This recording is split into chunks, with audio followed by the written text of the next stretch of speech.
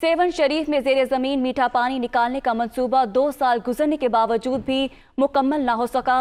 मंसूबे की तकमील के लिए फंड्स भी जारी हुए, ताहम महकमा पब्लिक हेल्थ ने रवायती सुस्ती का मुजाहरा किया, जिसके बाद शहर में पानी की शदीद बहरान है। तफसीलात बता रहे हैं दुनिया न्यूज़ के नुमाइंदे आसिफ अली मेमन। जी आसिफ, आगाह कीजिएगा।